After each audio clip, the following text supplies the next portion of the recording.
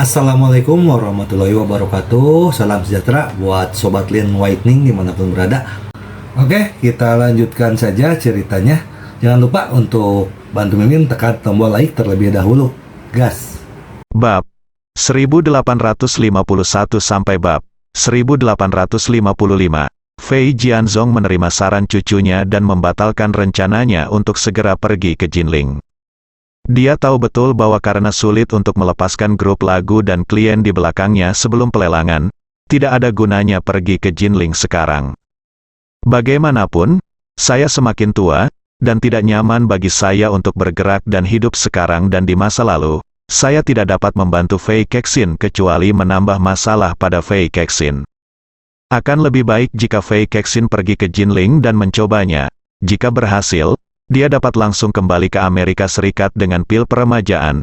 Jika gagal, dia dapat pergi ke Jinling untuk berpartisipasi dalam pelelangan.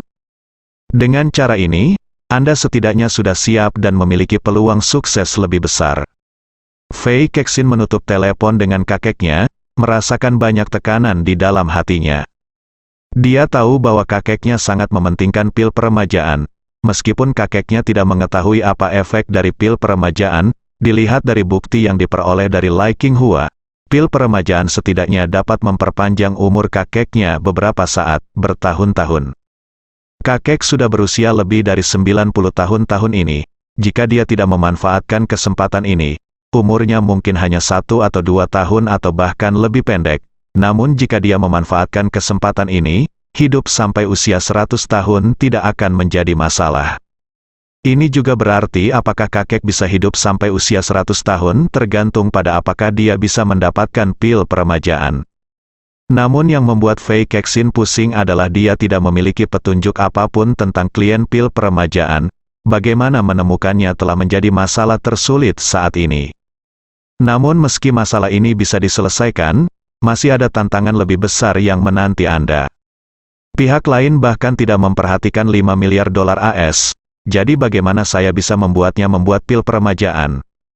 Setelah memikirkannya, dia memutuskan untuk fokus pada perusahaan induk Jikingtang, Song Group, sebagai titik terobosan. Jadi, dia berkata kepada asisten di sebelahnya, Sanshan, dalam 2 hari terakhir ini, saya ingin Anda membantu saya menemukan semua informasi di grup lagu, sebanyak yang dapat Anda temukan, dan kemudian mencetak semuanya ke dalam sebuah buku dan berikan padaku. Gadis yang bekerja sebagai Sanshan itu bernama Chen Yingsan, yang merupakan asisten pribadi Fei Kexin. Setelah mendengar perintah Fei Kexin, dia segera berkata dengan hormat, "Baik, Nona." Fei Kexin bertanya lagi, "Apakah masalah akomodasi kita di Jinling sudah terselesaikan?" Chen Yingsan menjawab, "Kembali ke Nona, saya sudah membuat reservasi. Saya telah memilih suite presidensial dan beberapa suite mewah di 3 hotel bintang 5 terbaik di kawasan perkotaan Jinling. Saya akan memberi Anda informasi hotelnya nanti dan Anda dapat memilih sesuai keinginan." "Bagus sekali," Fei Kexin memuji. Dengan ringan, dalam satu kalimat, dia mengangguk puas. Gaya perilaku yang sangat mudah ini adalah filosofi yang selalu ia tanamkan pada bawahannya. Bagi keluarga Fei, selama uang tidak dihitung dalam satuan 100 juta dolar AS, maka tidak dihitung sebagai uang sama sekali. Jadi Fei Kexin pergi ke Jinling untuk urusan bisnis. Dia tidak perlu khawatir tentang di mana harus tinggal. Asistennya sudah memesan semua kamar di 3 hotel bintang 5 di Jinling dan membayar kamar di muka. Meskipun tarif kamar di 2 hotel ditakdirkan untuk terbuang sia-sia, ratusan ribu ini tidak lebih dari setetes air bagi keluarga Fei.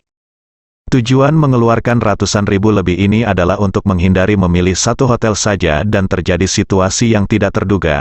Sekalipun kemungkinannya hanya 1%, kita pasti harus menghindarinya. Begitulah gaya Fei Kexin dalam melakukan sesuatu. Termasuk kali ini ketika dia datang ke China.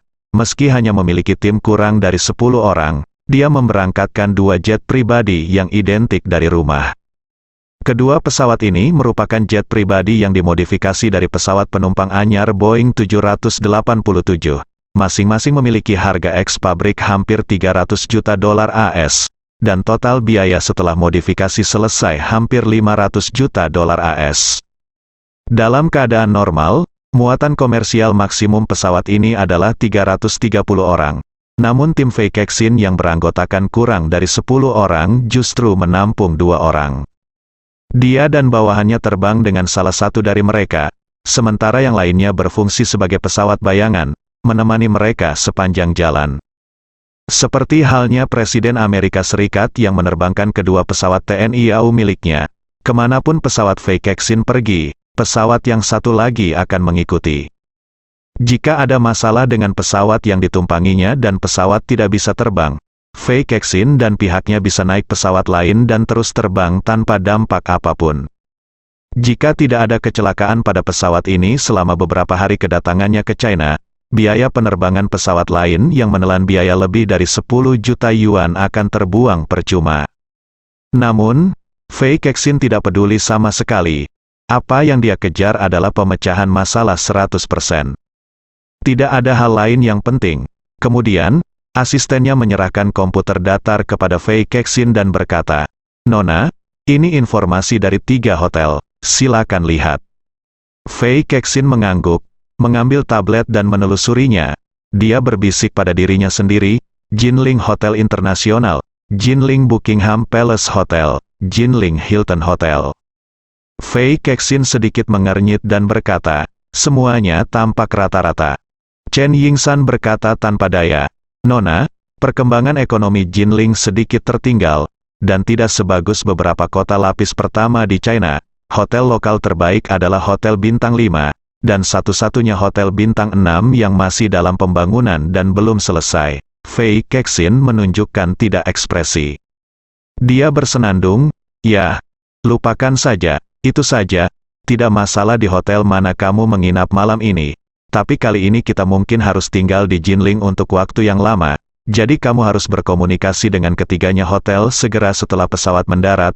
Mari kita lihat kamar hotel mana yang bisa saya tinggali selama sebulan terus-menerus. Saya tidak ingin berpindah tempat untuk sementara waktu." Chen Yingsan segera mengangguk dan berkata, "Oke, Nyonya, saya mengerti." Setengah jam kemudian, 2 pesawat penumpang Boeing 787, hampir pada waktu yang bersamaan, mendarat di 2 landasan pacu Bandara Jinling. Sementara Chen Yingsan mengatur agar bawahannya memastikan situasi armada penjemputan, dia menelepon masing-masing 3 hotel untuk menanyakan apakah mereka dapat memastikan bahwa semua kamar dapat diperpanjang selama 1 bulan. Fei Kexin biasanya menginap di Presidential Suite terbaik saat bepergian, tetapi sebagian besar hotel hanya memiliki 1 atau 2 Presidential Suite. Jika Presidential Suite di hotel manapun sudah dipesan pada bulan depan, mungkin sulit untuk menjamin Fei Kexin perlunya perpanjangan waktu tinggal. Setelah panggilan telepon, Chen Yingsan segera melapor ke Fei Kexin, "Nona, saya telah bertanya tentang situasi ketiga hotel tersebut. Kamar-kamar di Jinling International Hotel baik-baik saja dan dapat diperpanjang selama 1 bulan, tetapi kamar Presidential Suite di Hotel Hilton ada di bawah. Kami punya reservasi untuk hari Sabtu. Dikatakan bahwa pelanggannya adalah orang asing yang akan menikahi putrinya di Jinling. Dia ingin menggunakan kamar Presidential Suite di hotel tersebut sebagai pernikahan perdananya. Manajer mereka mengatakan bahwa dia dapat membantu kami berkoordinasi dengan pelanggan, tetapi dia tidak yakin itu akan berhasil. Istana Buckingham lainnya hotel tidak menerima reservasi apapun yang dibuat setelah 15 hari. Jadi Anda hanya bisa menginap selama 15 hari jika memesan sekarang." Setelah mendengar ini, Fei Kexin berkata hampir tanpa berpikir, "Kalau begitu jangan repot-repot, pesan saja Hotel Internasional Jinling." "Oke, Nona," Chen Yingsan buru-buru berkata, "kalau begitu saya akan menelepon hotel sekarang." Fei Kexin hanya mengangguk setuju, tapi tak lama kemudian, ekspresi kesungguhan muncul di wajah tampannya. Dia buru-buru memanggil Chen Yingsan dan berkata, "Sanshan, tunggu sebentar." Chen Yingsan buru-buru bertanya, "Nona, apakah Anda punya instruksi lain?" Fei Kexin mengerutkan kening, menyipitkan matanya, dan bertanya, "Hotel mana yang tidak akan menerima perjanjian dibuat setelah 15 hari? Sejauh yang saya tahu, semua hotel ingin menjual kamar 10 tahun kemudian. ini pertama kalinya saya mendengar ada hotel yang tidak mengizinkan reservasi setelah 15 hari. Iya. Chen Yingsan mengangguk dan berkata, mode operasi mereka memang agak aneh. Saya juga menanyakan alasannya, tetapi meja layanan mereka mengatakan bahwa itu jelas diminta oleh atasan, dan mereka hanya melaksanakan perintah dari manajemen senior hotel. Fei Kexin mendengus dingin. Berkata, ketika ada yang tidak beres, pasti ada monster. Alasan apa yang membuat sebuah hotel berhenti menjual kamar? Masih ada 19 hari tersisa untuk pelelangan pil peremajaan. Alamat spesifiknya belum diumumkan. Istana Buckingham tidak akan menerima reservasi setelah 15 hari. Ya, pasti ada sesuatu yang mencurigakan tentang itu. Setelah mengatakan itu, dia setuju tanpa ragu-ragu, saya akan tinggal di Istana Buckingham. Faktanya, Ji Qingtang belum mengumumkan kabar akan menjadi tuan rumah lelang bersama dengan Istana Buckingham. Inilah yang dimaksud Ye Chen. Beberapa waktu lalu, dunia luar mengira keluarga Ye setengahnya dimakan oleh Istana 10.000 Naga. Banyak orang berniat menarik garis yang jelas dengan keluarga Ye, sehingga bisnis ratusan hotel Istana Buckingham di seluruh dunia sangat terpengaruh. Kali ini, Ye Chen berencana menggunakan lelang ini untuk menamparkan wajah orang-orang kaya itu, membuat mereka harus tinggal di Istana Buckingham untuk mengikuti lelang. Namun, ia belum berencana mengumumkan kabar tersebut secara langsung, sebab jika tempat lelang diumumkan lebih awal, pasti akan banyak peminat atau orang-orang dengan motif tersembunyi yang akan mengunjungi tempat lelang terlebih dahulu. Mungkin ada yang akan mengawasi Rejuvenation Pill dan ingin membuat keributan di venue. Oleh karena itu, Ye Chen berencana untuk meninggalkan ketegangan ini sampai akhir dan membiarkan orang-orang kaya yang mendaftar untuk pelelangan meminta penyelenggara Ji Qingtang langsung mengatur agar mereka check-in di Istana Buckingham setelah tiba di Jinling.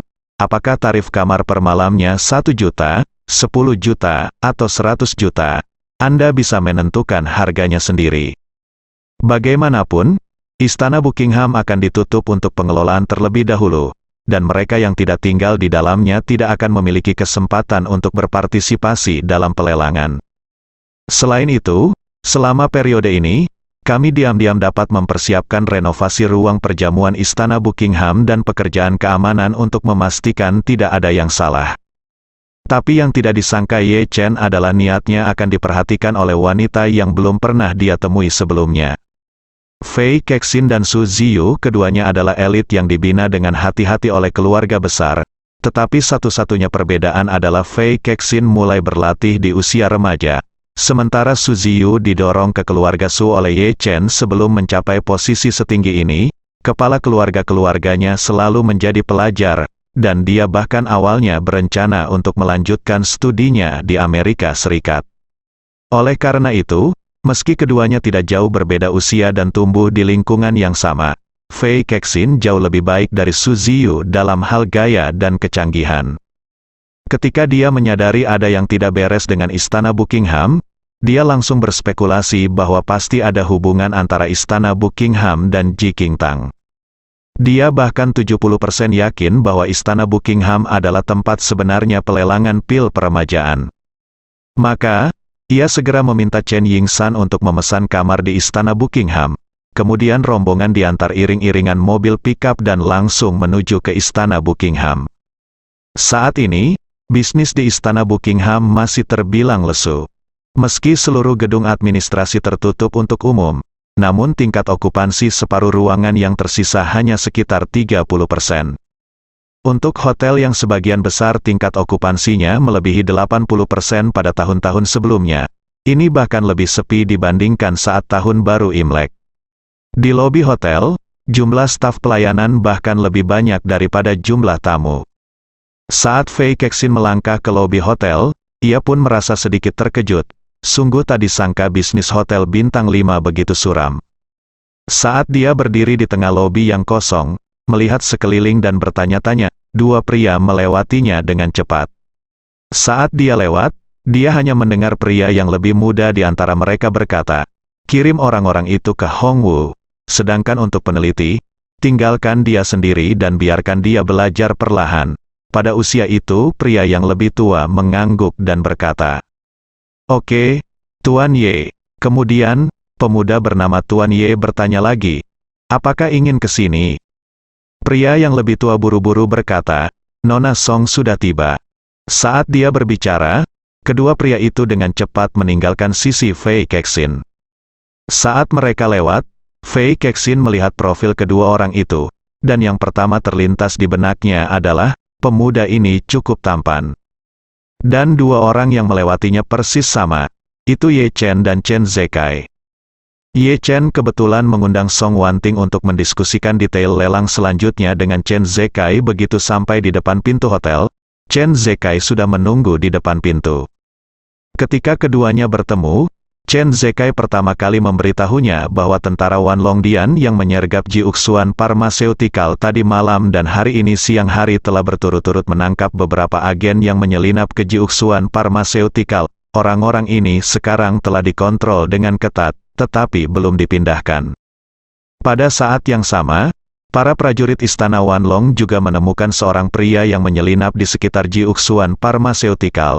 Meskipun pria ini tampak seperti orang Tionghoa, dia difoto oleh adik laki-laki Hongwu ketika dia pertama kali tiba di Jinling dan keluar dari Bea Cukai. Setelah mengambil foto, saya menemukannya di Jiuxuan Pharmaceutical dan segera mengawasinya. Menurut Chen Zekai, pria tersebut tidak berbuat banyak. Ia hanya menggali tanah di dekat Jiuxuan Pharmaceutical dan mengumpulkan beberapa spesimen tanaman. Ia tidak menyelinap ke Jiuxuan Pharmaceutical. Apalagi menurut penyelidikan Wan Ryuden, diketahui bahwa pria tersebut bernama Nakamura Sunpei, seorang ahli mirobiologi dan farmakologi Jepang Amerika.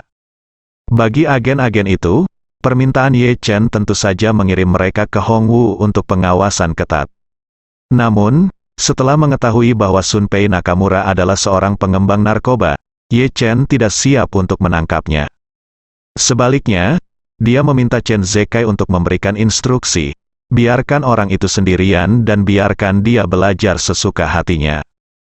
Bagaimanapun, Ye Chen juga berharap orang Amerika akan membuang lebih banyak waktu dan energi di jalan buntu dalam penelitian dan pengembangan yang terbalik. Ketika Chen Zekai melaporkan situasi ini, dia sangat berhati-hati. Dia menggunakan istilah yang tidak jelas di banyak tempat, dan dia tidak berani memanggil Tuan Muda Ye Chen keluar. Namun, baik dia maupun Ye Chen tidak menyangka percakapan kecil seperti itu akan tetap memungkinkan orang untuk mendengarkan. Pergi. Fei Kexin tidak banyak mendengar. Dia hanya mendengar bahwa mereka dikirim ke Hongwu. Dia tidak tahu siapa Hongwu, dan dia tidak tahu di mana Hongwu berada. Namun, ketika dia mendengar Ye Chen menyebut kata ingin, dia langsung memperhatikan. Karena dia memiliki pemahaman awal tentang grup lagu sebelumnya dan mengetahui bahwa penanggung jawab grup lagu bernama Song Wanting. Terlebih lagi, dia mendengar tiga kata Nona Song dari Chen Zekai, menggabungkan Wanting dan Song. Dia segera memutuskan bahwa kedua orang itu sedang membicarakan Song Wanting. Saat ini, dia sedang bingung dan berpikir, apakah Song Wanting juga ada di Istana Buckingham sekarang? Itu benar-benar sesuai dengan spekulasi saya sebelumnya tentang Istana Buckingham. Dari sudut pandang ini, kemungkinan diadakannya lelang Jikingtang di Buckingham Istana telah meningkat dari 70% menjadi 70%, meningkat menjadi 99%. Segera, dia diam-diam berspekulasi, pemuda itu sebenarnya memanggil Song Wanting dengan nama depannya, dan mengabaikan nama belakangnya dan langsung memanggilnya Wanting. Ini membuktikan bahwa dia punya hubungan yang baik dengan Song Wanting, dan status sosialnya tidak kalah dengan Song Wanting, dan bahkan mungkin lebih tinggi dari Song Wanting. Orang lain memanggilnya Tuan Ye, tapi dia masih muda dan terlihat seperti itu berusia 20-an. Dia lebih tua darinya, mengapa kamu dengan hormat memanggilnya Tuan? Juga, siapa pria parubaya di sebelahnya, mengapa rasanya ini adalah halaman rumahnya? Memikirkan hal ini, dia segera menelepon Chen Yingsan, berbisik, Sanshan, periksa informasi penanggung jawab hotel ini untuk saya, yang terbaik adalah memiliki informasi video. Ketika Fei Kexin check-in dan pindah ke kamar presidensial Istana Buckingham, Ye Chen mengonfirmasi rincian tindak lanjut lelang dengan Wanting Song dan Zekai Chen. Saat ini, yang paling diperhatikan Ye Chen adalah keamanan Istana Buckingham. Lagi pula, Menghadapi ramuan peremajaan yang nilainya bisa melebihi puluhan miliar dolar kapan saja, godaannya terlalu besar. Saya tidak tahu berapa banyak orang yang diam-diam akan menggunakan otaknya untuk menggunakannya. Apalagi jika saatnya tiba, hampir semuanya akan menjadi orang-orang kaya raya. Dalam hal ini yang lebih penting lagi adalah menjamin keselamatan pribadi orang-orang kaya tersebut. Kalau tidak, jika terjadi kesalahan, siapa yang berani mengikuti lelang di kemudian hari? Oleh karena itu, Marvan meminta sistem keamanan Istana Buckingham menyelesaikan babak peningkatan baru dalam 15 hari ke depan. Pada saat yang sama, Wan Po-jun harus diberitahu untuk mengirimkan sejumlah besar personel elit dari Istana Wanlong untuk memastikan keamanan Istana Buckingham sebelum pelelangan dimulai. Meskipun Chen Zekai berada di bawah banyak tekanan, dia masih dengan tegas berjanji pada Ye Chen, "Jangan khawatir, Tuan Muda, saya akan melakukan yang terbaik untuk memastikan bahwa pelelangannya aman." Ye Chen mengangguk sedikit dan berkata, "Tahun ini, mari kita coba memulai dengan baik dulu. Saya telah memberitahu Dong Sui untuk mulai mempersiapkan pembangunan pusat lelang baru. Setelah pusat lelang selesai, akan ada tempat khusus untuk lelang Aula Huijun." Setelah itu mengatakan itu, Ye Chen berkata kepada Song Wanting lagi, "Ingin pusat lelang ada di sini." Saat itu, 20% bagian investasi akan dicadangkan untuk grup Song. Di masa depan, tempat ini akan menjadi industri baru yang diciptakan bersama oleh keluarga Ye dan keluarga Song. Dan lelang ramuan peremajaan kami akan terus diadakan. Selain pusat lelang ini, kecuali lelang pil peremajaan, di lain waktu, Anda dapat menggunakan Ji King Tang sesuka Anda dan memperlakukannya sebagai halaman rumahmu sendiri. Song Wanting terkejut dan bahagia. Dan pada saat yang sama dia berkata dengan gugup, "Tuan Ye, lelang ini diadakan di masyarakat kelas atas. Untuk memiliki pengaruh yang begitu besar adalah berkat ramuan peremajaan Anda. Sebuah berkah bagi Wanting agar Ji King Tang bisa keluar menjadi tuan rumah lelang ini. Sebagai pusat lelang masa depan, bagaimana mungkin Wanting berani menerima bantuanmu lagi?" Song Wanting tahu betul berapa berat Ji King Tang. Kali ini, bisa meminjam pil peremajaan Ye Chen untuk menjadi terkenal di antara kelas terkaya di dunia sudah merupakan peluang besar yang bahkan tidak dapat diimpikan oleh Song Wanting. Sekarang Ye Chen ingin membawa grup Song bergabung untuk jangka panjang. Kerjasama keluarga Song adalah bantuan yang sangat besar. Terlebih lagi, pusat lelang baru membutuhkan investasi setidaknya beberapa miliar untuk memulai. Ye Chen hanya membiarkan dirinya berinvestasi 20%. Namun, pusat lelang tersebut sering digunakan oleh Ji King Tang, yang menyumbang jumlah yang sangat besar. Investasi Ye Chen, harganya sangat murah, dia tidak akan berani menerimanya apapun yang terjadi. Melihat dia tidak tahu harus berbuat apa, Ye Chen tersenyum tipis dan berkata dengan serius, "Ingin, pusat lelang bukanlah investasi besar. Anda juga telah melihat popularitas pil peremajaan. Jika Anda meminum 1 atau 2 pil setahun, Anda dapat memanennya." Orang-orang kaya raya ini memiliki puluhan miliar dolar, dan pusat lelang dapat menanganinya hingga beberapa ratus juta dolar, yang bahkan tidak sebanding dengan seperempat pil peremajaan. Jadi Anda tidak punya bersikap sopan kepadaku. Kita akan memiliki kerjasama strategis jangka panjang di masa depan. Jangan terbelenggu oleh hal sekecil itu.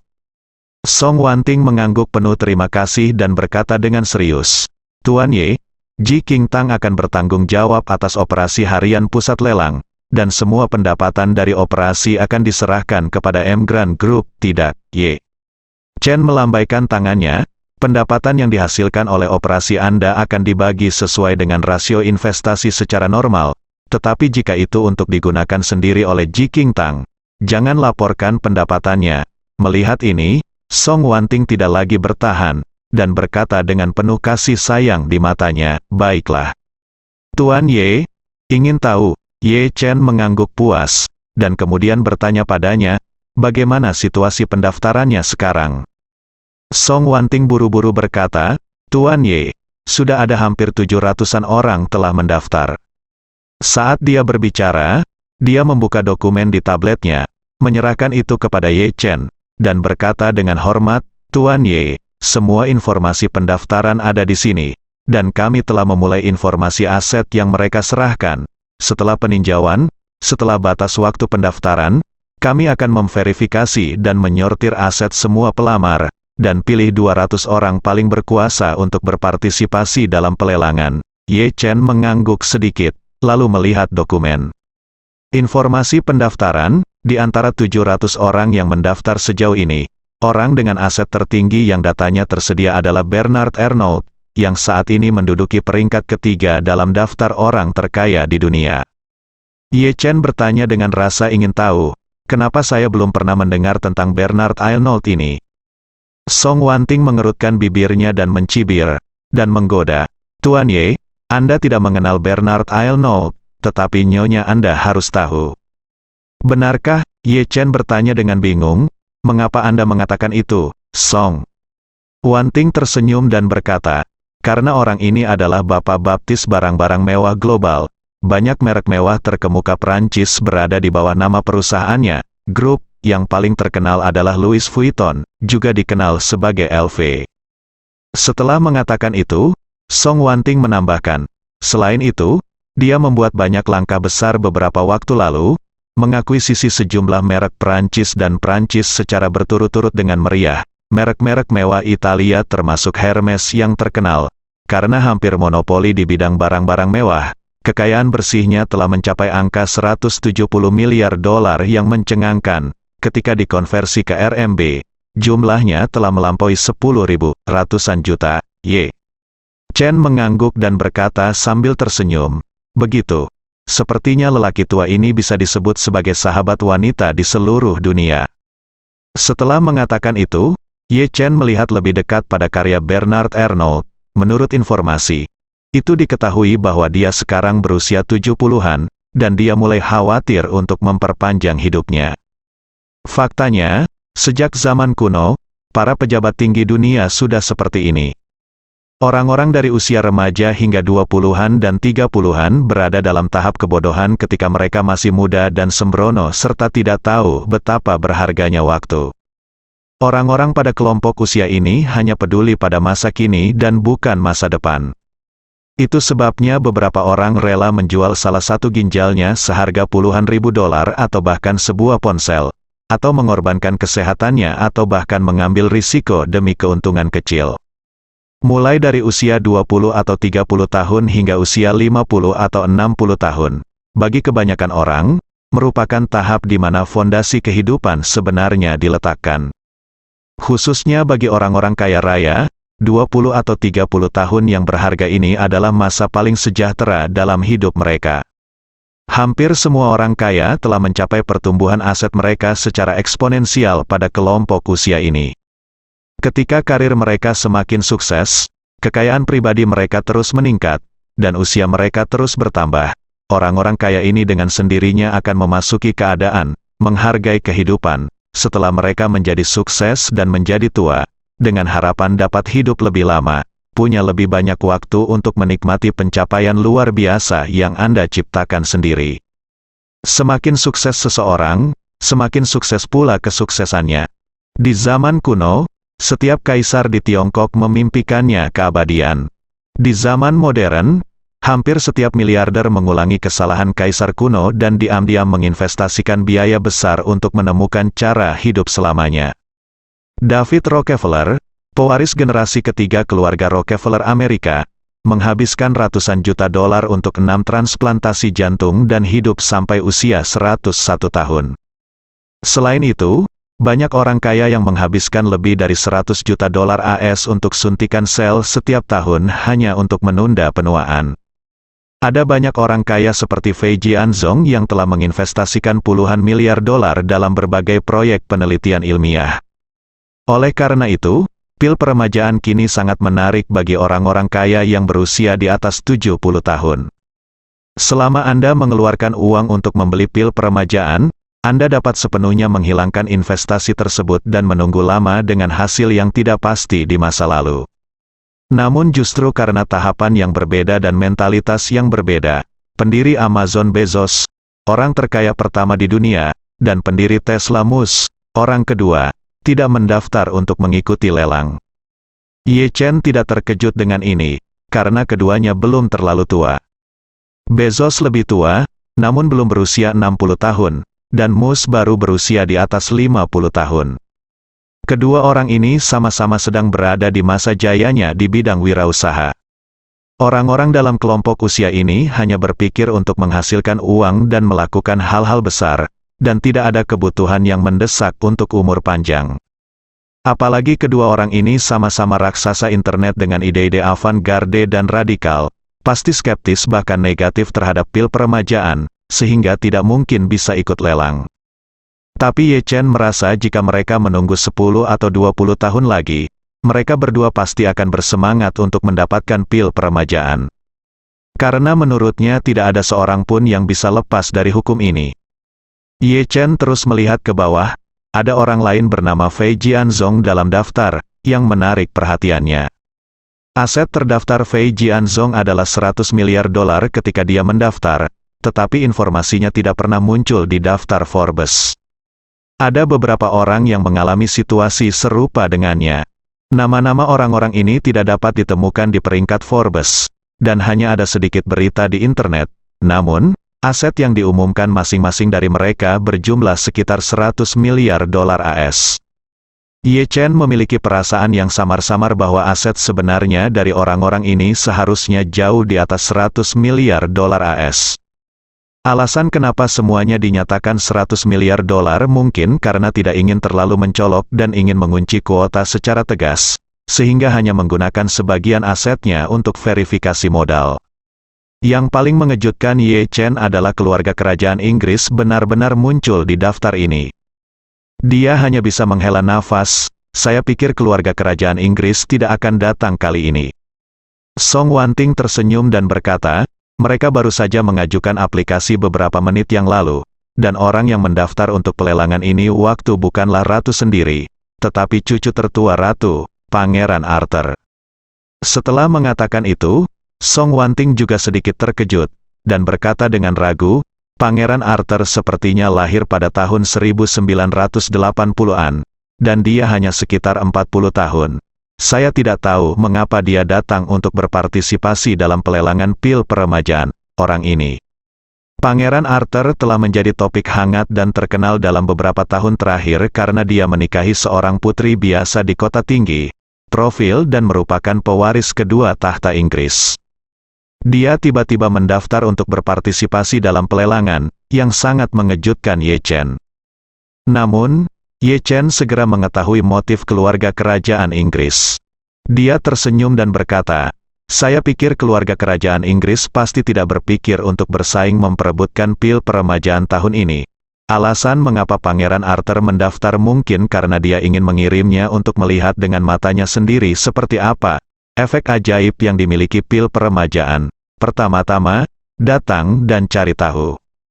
Setelah mengatakan itu, Ye Chen melanjutkan, dan sejujurnya, dengan dana keluarga kerajaan Inggris, itu cukup untuk memenuhi syarat untuk pelelangan. Tetapi jika mereka benar-benar ingin menawar pil peremajaan, mereka tidak memilikinya. Kekuatan sama sekali, mereka hanya ikut bersenang-senang. Ye Chen He tidak keberatan dengan ikut bersenang-senang seperti ini, karena dia tahu betul bahwa di antara 700 pelamar, sebagian besar dari mereka harus tahu bahwa mereka melakukannya, tidak memiliki kemampuan untuk bersaing dengan orang-orang kaya raya itu. Namun hal ini tetap tidak menyurutkan semangat mereka untuk mendaftar. Ye Chen memperkirakan motivasi orang-orang ini adalah untuk memperluas wawasan dan menambah wawasan. Setelah Ye Chen melihat daftar 300 teratas, dia berkata kepada Wanting Song, tolong keluarkan nama kakek saya dari daftar. Tidak perlu menyortirnya. Song Wanting buru-buru bertanya, Tuan Ye, apakah kamu tidak berencana untuk membiarkan kakekmu berpartisipasi? Ye Chen tersenyum dan berkata, tidak, dia harus berpartisipasi. Saya telah memesan beberapa kursi VIP di tempat kejadian, dan saya akan meninggalkan satu untuknya ketika saatnya tiba. Ye Chen menghela nafas pelan. Baru-baru ini, banyak orang yang membenci keluarga Ye karena insiden di Istana Wanlong. Sudah waktunya bagi mereka untuk lebih menghormati keluarga Ye. Song Wanting segera berkata, baiklah, Tuan Ye, kalau begitu mari kita atur itu. Ye Chen bertanya lagi, ngomong-ngomong, Wanting, Saya belum melihat informasi tentang keluarga kerajaan Nordik. Berapa peringkat mereka saat ini? Song Wanting berkata dengan canggung, Nyonya Alisa Iliad dari keluarga kerajaan Nordik, peringkat ke-6 dari bawah dalam daftar 700 orang. Alisa Iliad adalah nama mantan ratu dan nenek Helena. Ye Chen segera menarik daftarnya sampai akhir dan segera memahami rasa malu keluarga kerajaan Nordik. Bahkan jika Ratu Tua menyerahkan semua sertifikat aset keluarga kerajaan Nordik, itu akan setara dengan lebih dari 10 miliar RMB, yang cukup untuk memenuhi syarat pendaftaran. Jadi di antara 700 orang ini, dia hampir berada di posisi terbawah. 200 dipilih dari 700 orang, menurut peringkat ini, dia pasti tidak memenuhi syarat untuk berpartisipasi dalam lelang ini. Melihat ini, Ye Chen tidak bisa menahan tawa. Hei, tampaknya keluarga kerajaan Nordik benar-benar malu. Aset mereka kurang dari 1/10 dari keluarga kerajaan Inggris. Ya, kata Song Wanting tak berdaya. Saya selalu berpikir bahwa keluarga kerajaan Eropa semuanya sangat kaya.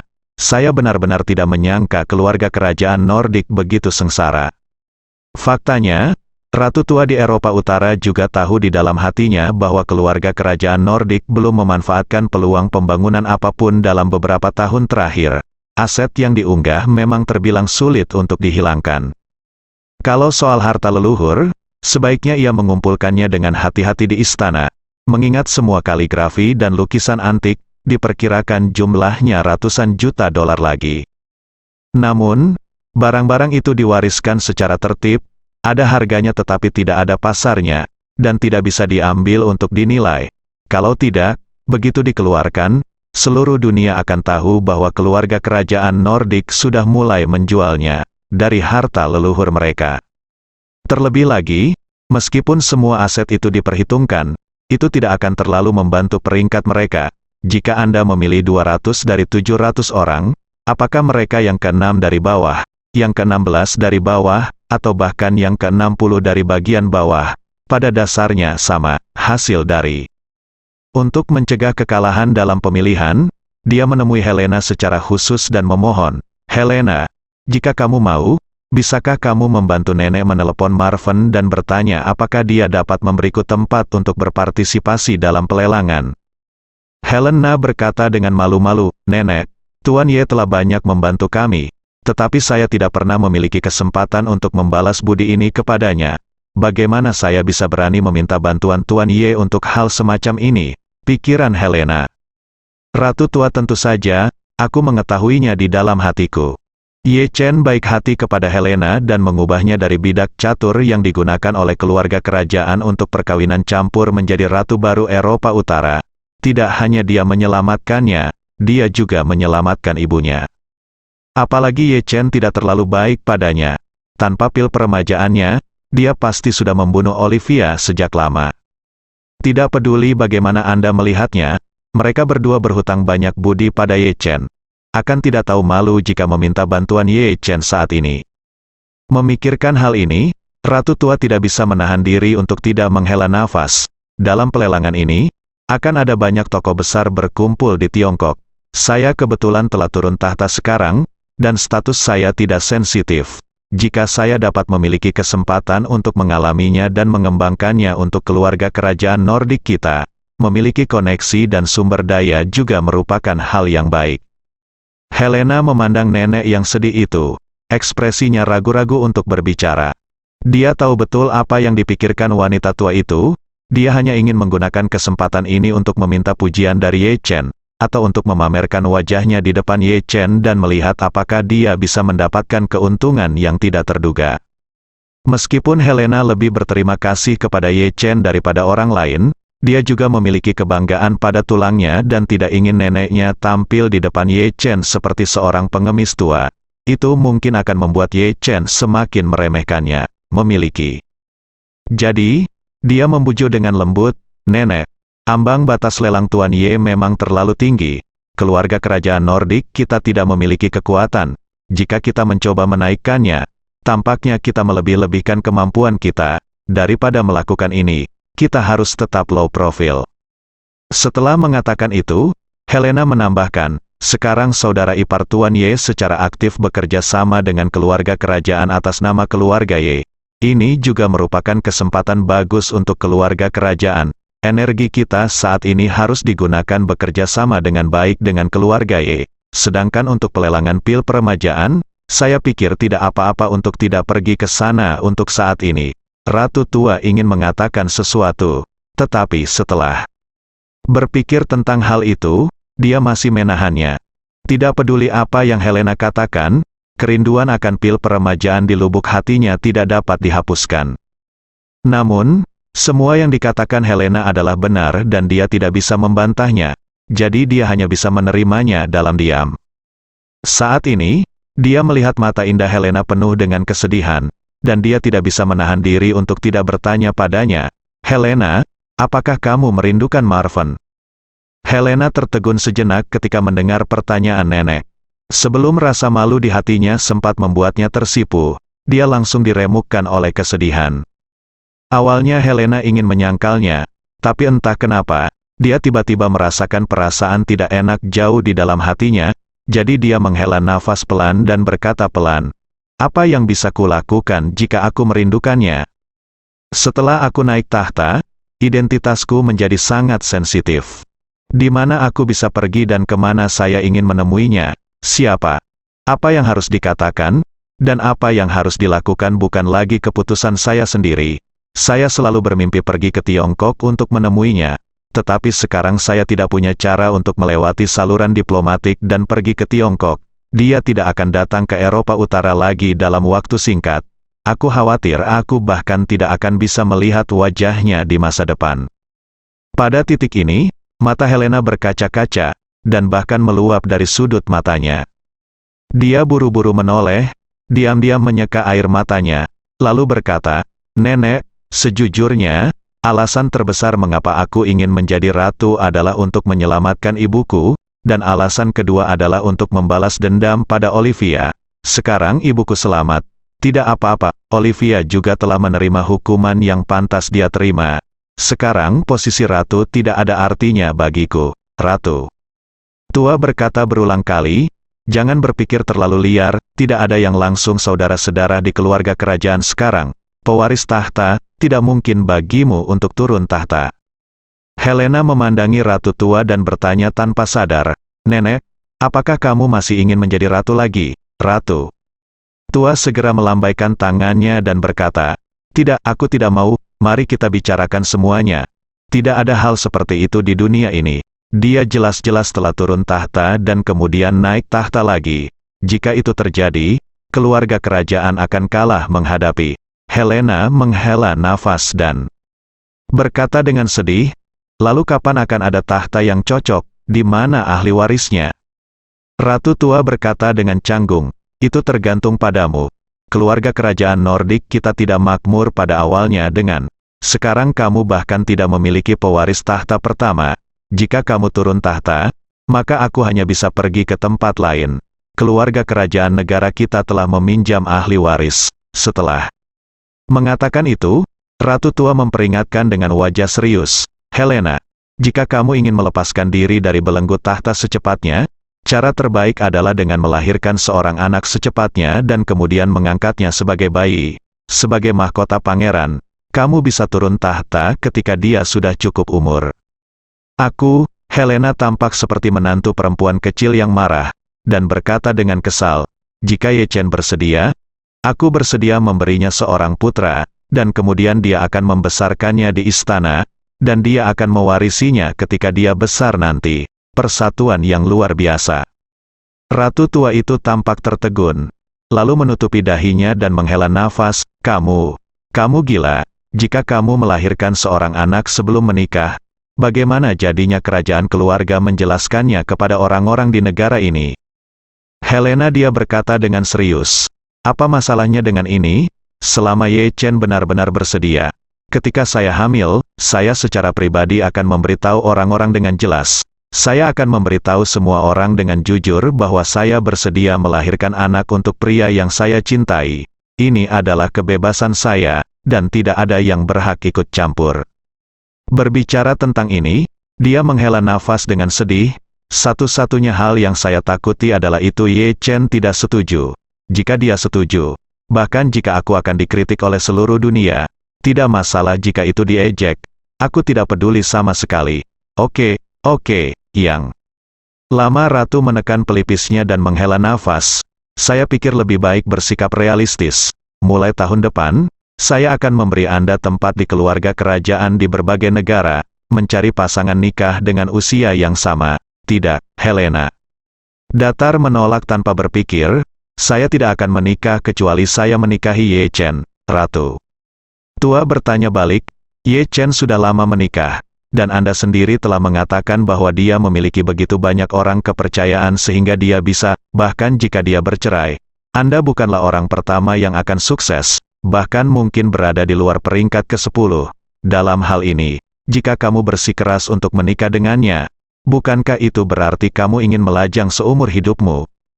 Helena berkata dengan serius, tidak apa-apa melajang seumur hidupmu. Lebih baik daripada menikahi seseorang, jauh lebih baik melahirkan anak dari orang yang tidak kamu cintai. Ratu tua berkata dengan wajah sedih, jika kamu tidak menikah, ketika aku mati, kamu akan menjadi satu-satunya yang tersisa di seluruh keluarga kerajaan Nordik. Pernahkah kamu melihat apakah keluarga kerajaan begitu menyedihkan? Helena berkata dengan serius, Nenek, jika keluarga kerajaan tidak memiliki ahli waris yang cocok, maka Eropa Utara dapat sepenuhnya menghapuskan keluarga kerajaan dan mengubah monarki konstitusional menjadi republik presidensial setelah kematian saya. Bagi kami bisa mempekerjakan diri kami sendiri. Mengapa terlalu khawatir tentang apa yang terjadi setelah kematian? Ratu tua menghela nafas dan berkata, jika keluarga kerajaan benar-benar terpaksa membatalkan karena tidak ada ahli waris, maka saya lebih suka kamu memiliki anak dengan Ye Chen sebelum menikah. Helena berkata sambil tersenyum, lihat, Nenek, kita akhirnya sampai. Di sini, kita telah mencapai konsensus mengenai masalah ini. Ya, Ratu tua itu sepertinya sudah menyerah, dan berkata pelan, kamu benar. Pertanyaannya sekarang adalah, bagaimana kamu bisa hamil anak Ye Chen? Bagaimana jika kamu hamil? Sekarang, ketika tiba saatnya untuk melahirkan Bibrida Resia, setengah dari garis keturunan bangsawan akan hilang, bagaimana kamu akan menjelaskannya kepada orang-orang? Helena berkata dengan serius. Bagaimana cara hamil? Kamu harus punya kesempatan untuk bertemu Ye Chen dulu, dan sisanya, kita harus menunggu. Kita akan membicarakannya setelah kita hamil. Hei, keluh. Ratu tua, aku tidak peduli. Kamu bisa mengetahuinya. Setelah mengatakan itu, memikirkan tentang pelelangan, dia tidak bisa menahan diri untuk tidak bergumam pada dirinya sendiri. Akan sangat bagus jika aku bisa memiliki kesempatan untuk melakukannya. Menghadiri pelelangan pil peremajaan. Ngomong-ngomong, saya juga ingin membantu Anda bertanya kepada Ye Chen kapan dia punya waktu untuk datang ke Eropa Utara. Helena menggelengkan kepalanya tanpa daya, dan saat dia hendak berbicara, teleponnya tiba-tiba berdering. Bangun. Dia menundukkan kepalanya dan melihat bahwa itu adalah Ye Chen yang menelepon. Dan dia segera berkata dengan penuh semangat, Ye Chen memanggilku, benarkah? Ratu tua itu juga sedikit bersemangat, dan bertanya dengan cepat, bolehkah saya berbicara dengannya, ceritakan padaku tentang pelelangannya. Helena menjawab dengan santai, aku akan melihat apa yang dia inginkan dariku dulu. Setelah mengatakan itu, dia berdiri, menekan tombol jawab, dan berjalan ke jendela. Dia tidak benar-benar ingin neneknya mendengar percakapan antara dia dan Ye Chen, jadi dia menjauh sedikit. Ketika dia menjawab telepon, dia menekan kegembiraan jauh di dalam hatinya dan bertanya dengan lembut, Tuan Ye, mengapa Anda tiba-tiba menelepon saya? Ye Chen dengan santai tersenyum dan berkata, oh, tidak apa-apa, saya baru saja melihat pil peremajaan. Mengenai informasi pendaftaran pelelangan, saya menemukan bahwa keluarga kerajaan Nordik juga mendaftar, jadi saya menelepon Anda untuk memberitahu Anda. Helena buru-buru berkata, maaf, Tuan Ye, nenek saya yang menangani pendaftarannya, dan dia tidak melakukannya sebelumnya, diskusikan dengan saya. Ye Chen tersenyum dan berkata, tidak apa-apa, alasan utama saya menelepon adalah untuk memberitahu Anda bahwa menurut proses persetujuan normal, Aset keluarga kerajaan Nordik belum mencapai 200 yang pertama, Helena berkata dengan sedikit malu. Sumber keuangan keluarga kerajaan Nordik tidak kuat, dan mereka mungkin baru saja memenuhi ambang batas minimum untuk pendaftaran.